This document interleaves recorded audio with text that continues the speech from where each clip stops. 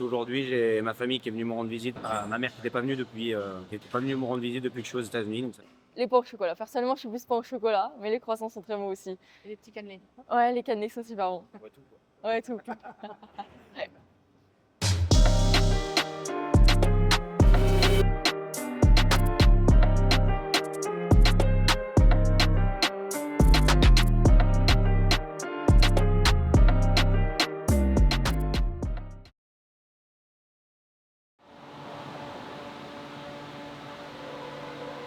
Salut à tous, bienvenue sur une nouvelle vidéo sur ma chaîne. Aujourd'hui, c'est un grand jour.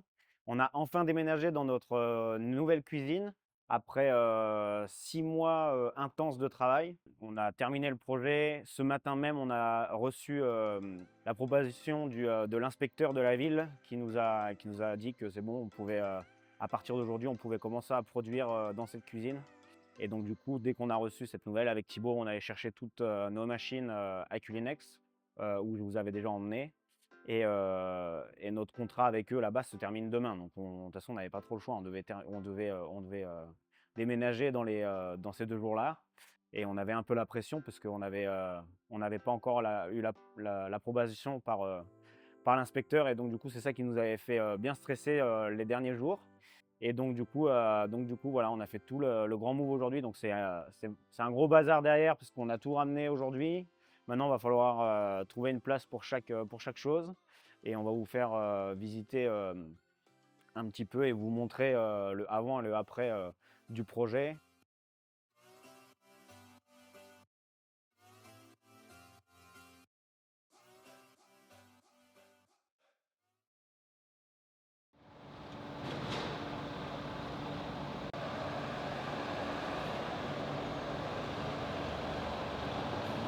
Ça fait 8 semaines qu'on travaille ici chaque jour. Et en plus, aujourd'hui, j'ai ma famille qui est venue me rendre visite pour les 2 semaines qui suivent. Donc, j'en ai profité pour leur faire visiter l'endroit de production. Ma mère qui n'était pas venue me rendre visite depuis que je suis aux États-Unis, donc ça fait 5 ans. Donc là, elle voit le projet, l'ampleur du projet et tout ça. Donc, c'est une belle journée en tout cas qui est là. Et donc, j'en profite pour faire la présentation à tout le monde, donc à ma famille et à vous en même temps. Et voilà.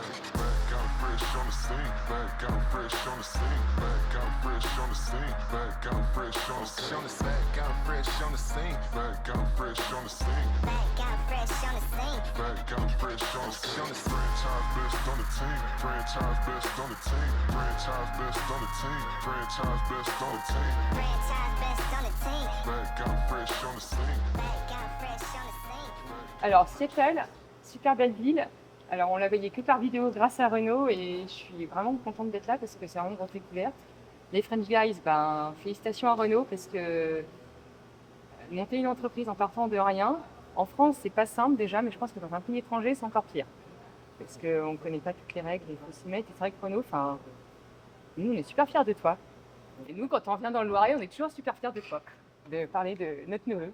Voilà. Seattle, pour moi, c'est la deuxième fois que je viens. Et c'est une très belle ville. Donc ça change de forcément la France. On a des plus grands immeubles et tout. Donc c'est changeant. Les French Guys, c'est une très belle entreprise. Ça fonctionne très bien. Et il y a des beaux projets qui sont en cours et ça, c'est bien. Et il a toujours des bonnes idées, Renaud, mon cousin.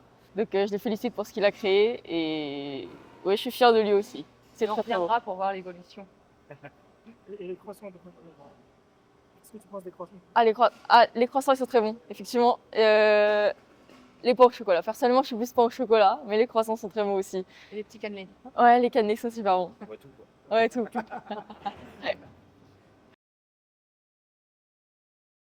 D'accord, mais donc on dit bon, vous pouvez nous envoyer la copie de votre licence, comme quoi vous avez le droit, machin. Donc la licence dit ils ont le droit de mettre le volant. Oui, Et oui. du coup, ils ne connaissent pas le 400 Ouais. ici. Donc Oui. le français, il prend les Américains pour des débiles en disant bah, mais 400, c'est du 400, on avait fait. L'Américain dit oui, mais nous on travaille 4,80. Bon, donc du coup, on va parler des soucis qu'on a rencontrés, parce qu'il n'y en a pas eu tant que ça d'ailleurs. Le premier souci qu'on a rencontré, c'est avec le four français. Il y a eu un problème de connexion électrique qui fait que en fait, la puissance qui était demandée pour faire fonctionner correctement le four, elle ne venait pas parce que les branchements ils avaient été faits d'une certaine manière et en fait, il fallait le faire d'une autre manière. Donc pendant les 2 semaines qu'on avait prévues de temps, le temps d'essayer les machines, il y a 1 semaine qu'on a dû ajuster pour refaire les changements. Mais après, tout ça, ça s'est bien passé. Et le deuxième souci avec le four, c'est que c'est un four français qui est soumis à des normes comme toutes les machines qui viennent de l'étranger aux États-Unis. Il faut un label pour pouvoir revendre des machines. Pavaillé, le four qu'on utilise, a ce label. Mais sur chaque machine qu'ils envoient et qui est construite pour l'étranger, il faut mettre un autocollant avec le numéro de la machine et ce label. Quand le four est arrivé ici, l'autocollant n'avait pas été mis en fait en France et donc du coup l'inspecteur qui était venu valider toutes les machines a décidé de ne pas valider le four. Il correspondait à tout ce qu'il y avait, à tous les cahiers des charges, mais à cause de cet autocollant qui n'était pas collé sur ce four, ils n'ont pas voulu nous accepter le projet et donc du coup il a fallu faire venir un inspecteur de la ville de Seattle qui est agréé en fait par ce label pour qu'ils viennent en fait valider que le four est dans les normes américaines et tout ça. Sauf que ça s'est passé à 2 jours du déménagement et donc du coup ça nous a fait vraiment stresser parce que ils ont mis un scellé sur le four en disant que si cette machine n'était pas approuvée, on ne pourrait pas ouvrir la cuisine. Et donc du coup c'était vraiment la panique à bord pour les 2 derniers jours. C'est le problème principal qui nous a fait un petit peu stresser pour le projet. Le deuxième souci qu'on a rencontré, qui était un peu plus gros, comme quoi la barrière de la langue, parfois, ça toujours, même après 5 ans ici, c'est toujours d'actualité. Les chambres de fermentation qu'on a reçues, qui pour nous étaient des chambres de fermentation retardées, donc des retarders. Donc c'est-à-dire que en gros, c'est les chambres de fermentation qui font du froid et du chaud. Celles qu'on a reçues, qui ont été installées, c'était uniquement des chambres de fermentation. Donc le jour où elles ont été installées et mises en place, j'ai demandé à l'équipe d'installation de me montrer comment on mettait en programme pour que ça passe du froid et que ça se déclenche en chaud pour la nuit. Et le gars me regarde et me dit non, ça fait que du chaud. Et donc là, en fait, c'était un manque de communication qu'on avait eu avec les fournisseurs de machines. Et donc, du coup, ils sont venus 2 semaines plus tard installer en fait les groupes de froid au-dessus des machines pour pouvoir passer la chambre en programme et faire d'utiliser comme on a l'habitude d'utiliser en France, de garder les produits au frais et de switcher en chaud en programme la nuit, quoi. Et donc ça, c'est les 2 gros soucis qu'on a rencontrés dans le projet. Et sinon, mis à part ça, tout s'est bien passé. Le projet en global, il a mis 7 mois. Entre le moment où on a signé avec le propriétaire des lieux, le local qui était nu, jusqu'au jour où on ouvre. Et donc du coup, c'est quand même, ça peut paraître long, mais pour un projet de cette envergure, c'est quand même relativement rapide. Entre la commande des fours, l'étude du projet, faire les plans avec les architectes, mettre en place les projets, avoir tous les permis. Il y a 8 permis qu'il faut valider avant de pouvoir ouvrir la cuisine. Il y a le permis de Fire Inspection, donc le Fire Department, donc les pompiers, qui valident qu'il y a tout qui est aux normes, qu'on a bien les extincteurs et tout ça. Il y a l'électricité, la plomberie, le gaz, tout ce qui est lié aussi à la nourriture, qu'il y a tout qui soit bien dans les normes pour qu'on puisse faire de la fabrication alimentaire. Et donc du coup, il y a ces 8 permis-là qu'on a dû valider avant d'ouvrir. Et donc du coup, maintenant, ça fait 2 mois qu'on a attaqué à travailler dans ces locaux. Donc il y a tous nos employés qui sont venus, on a recruté du monde supplémentaire pour pouvoir faire notre saison, donc la grosse partie de l'année, dans ces locaux. Voilà. Donc maintenant, on va parler un peu des avantages et de ce que ça a changé pour nous de venir ici. On est dans notre endroit à nous, qu'on ne partage plus avec personne. Ça a quand même changé beaucoup de choses. On peut utiliser toute la place, donc c'est beaucoup plus grand. Et donc du coup, même pour nos équipes, c'est beaucoup plus simple de travailler pour deux choses qui sont les suivantes. C'est que déjà, on est tout seul. Et en plus de ça, on a quand même mis un gros investissement au niveau des machines. Et donc du coup, ça nous offre un confort de travail qui est quand même beaucoup plus agréable. Moi, ça m'a permis aussi de prendre un peu plus de temps de pouvoir sortir parce que nos équipes, avec tout cet investissement en termes de temps et de machines, on a pu former nos équipes et qu'elles soient autonomes. Donc ça m'arrive de revenir en production quand il y a quelqu'un qui est absent ou si quelqu'un est malade ou quelqu'un prend des vacances. Et donc du coup, ça nous laisse du temps à moi et à Thibaut qui fait la même chose pour l'équipe des marchés pour pouvoir grossir l'entreprise. C'est-à-dire que tous les rendez-vous qu'on a besoin de faire à côté avec si on est en train de chercher des différents magasins pour la suite du projet. Et bien donc du coup, ça nous laisse du temps en fait. Le fait d'avoir cet outil-là et l'équipe qu'on a derrière nous, qui a 8 personnes dans la cuisine, dont un chef pâtissier qu'on a recruté, pour venir mettre en place la pâtisserie dans l'entreprise. Donc ça, c'est un autre projet qu'on est en train de mettre avec les French Guys, c'est d'introduire une gamme de pâtisserie. On a commencé déjà un petit peu, mais pour le futur dans l'entreprise, ça va nous permettre aussi un petit peu d'ouvrir l'éventail de produits qu'on propose. Et le fait d'avoir cet outil, ça nous permet de pouvoir mettre ça en place pour la suite. Donc on a 8 personnes qui sont en production. Actuellement, c'est la période la plus grosse de l'année, parce qu'on a tous les marchés on est l'été là. Et donc du coup, la saison des marchés est très grosse. Donc du coup, c'est vrai qu'avoir cet outil-là nous permet, même avoir une grosse saison, ça nous fait ressentir que c'est beaucoup plus simple que les années passées. Et donc du coup, ça va nous donner aussi un levier de production beaucoup plus intéressant pour la suite et pouvoir développer l'entreprise. Donc du coup, le coût du projet ici, final, c'est 600 000 $. Entre toutes les machines, les loyers, les factures qu'on commence à payer, tout ça. Mais le coût du projet d'investissement qu'on a dû faire sont 600 000 $, avec toutes les machines, les installations, refaire toute la plomberie, toute l'électricité. Et donc du coup, voilà. Voici là, à peu près que vous ayez un ordre d'idée de combien ça nous a coûté.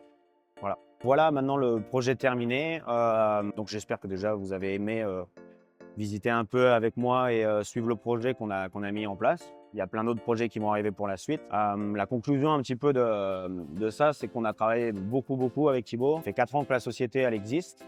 Là, on vous montre, j'ai commencé la chaîne il y a peu de temps, donc on arrive sur des projets qui sont déjà bien entamés, qui sont pour certains terminés, comme le magasin qu'on vous présentera aussi un peu plus tard. Ça, c'est pas la finalité, mais du moins c'est le projet qui a bien grossi. Avant ça, il y a quand même on a beaucoup travaillé. Donc ça, c'est le résultat du travail qu'on a mis en amont avec Thibaut. Et on s'est toujours dit avec Thibaut d'ailleurs que je vous représenterai, je vais le redire une fois, mais avec qui on a créé le projet. On adore ce qu'on fait, on aime beaucoup travailler, mais l'idée vraiment de l'entreprise, c'est de pouvoir profiter aussi de notre vie personnelle. Donc c'est-à-dire qu'on essaie de mettre en place l'entreprise pour qu'on puisse se libérer du temps pour nous, pour faire grossir l'entreprise, mais aussi pour profiter de la vie, puis de notre famille. Thibaut a une petite fille, moi je vais bientôt être papa d'ici un mois. Et donc du coup, c'est de pouvoir préparer l'entreprise pour qu'elle soit autonome, essayer de donner des responsabilités aux gens qui veulent en prendre et que nous, ça nous dégage un petit peu du poids sur les épaules. Et c'est ça qu'on essaye vraiment de mettre en place et de promouvoir dans l'entreprise. D'ailleurs, c'est pour ça que moi, j'arrive aujourd'hui, j'ai pas touché de produits parce que l'équipe, elle est bien organisée et puis parce que c'est ce qu'on a promu depuis le début. Donc, les employés sont au courant qu'on veut garder du temps, qu'on veut faire grossir l'entreprise. Ça nous demande d'être à d'autres endroits que la production ou que Thibaut allait vendre dans le magasin. Et c'est vraiment ça qu'il faut retenir aussi, c'est qu'on a beaucoup investi, on a choisi de faire notre entreprise de cette manière et pour pouvoir profiter et avoir un retour sur l'investissement, sur tout le travail qu'on a fait dans les 4 dernières années. Et puis même si on n'est pas en train de fabriquer ici forcément tous les jours, ça ne nous empêche pas de travailler beaucoup. Je sais qu'il y en a sûrement qui regardent qu'on soit des entreprises et qui travaillent beaucoup et qui aiment aussi travailler, passer leur temps à faire du pain ou peu importe. Donc, quelle que soit l'entreprise, c'est toujours un investissement très personnel et ça demande beaucoup de temps, ça demande aussi parfois beaucoup d'argent. Et voilà, donc ceux qui aiment investir et qui investissent, continuez à le faire. J'espère en tout cas que vos projets réussissent ou vont réussir. C'est juste aussi pour pouvoir aussi peut-être motiver des gens qui veulent se lancer à parfois sauter à l'eau parce qu'il y a tout qui est possible. Mais il n'y a rien qui vient sans travail. Ça fait plaisir de se rendre compte qu'aujourd'hui on peut en arriver là parce que c'est le fruit du travail qu'on a mis est enfin en train de mûrir et ça fait plaisir de pouvoir commencer à en profiter et d'avoir des outils pour pouvoir développer l'entreprise par la suite. On a fait le plus dur et maintenant on va pouvoir avoir des projets qui viennent en amont, qu'on vous présentera par la suite. Donc j'espère que vous avez bien aimé la vidéo et je vous dis à très vite pour une autre aventure. Donc ciao, keep it easy, keep it tasty. Ciao.